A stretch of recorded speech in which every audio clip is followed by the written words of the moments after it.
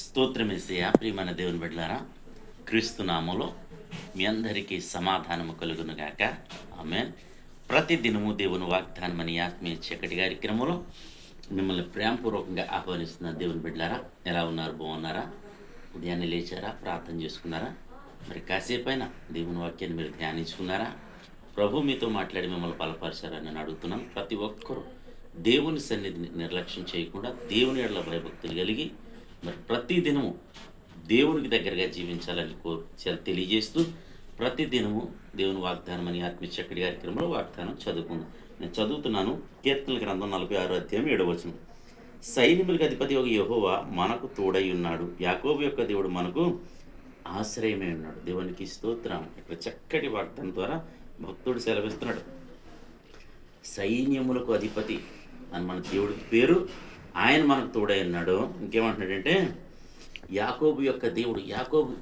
యాకోబుకి ఏ దేవుడైతే తోడై ఉన్నాడో, యాకోబు ఏ దేవుడిని అయితే ఆశ్రయించాడో ఆయనే మనకు ఆశ్రయం, మనకు తోడని సెలవిస్తున్నాడు. కనుక ఈ దినం మనం కూడా ఆయన యందు ఆశ్రయం ఉంచి ఆయన యందు భయభక్తులు కలిగి ఆయనను మనకు దేవుడిగా చేసుకోగలిగితే మనం ధన్యులము, మరి ధన్యురాలమని మీకు తెలియజేస్తూ, మరి ఎటువంటి శ్రమలు శోధనలు ఉన్నా సరే నీవు ఆయన యందు ఆశ్రయం ఉంచగలిగితే నీకు మేలు అని తెలియచేస్తూ దేవుడి మాటలు దీవించునుగాక.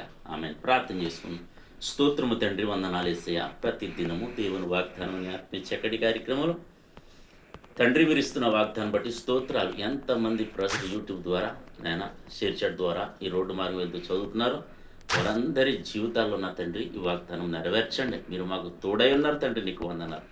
గొప్ప భాగ్యం ఇచ్చారు తండ్రి, నీకు స్తోత్రాలు. నీ కృపకై నీకు వందనాలు.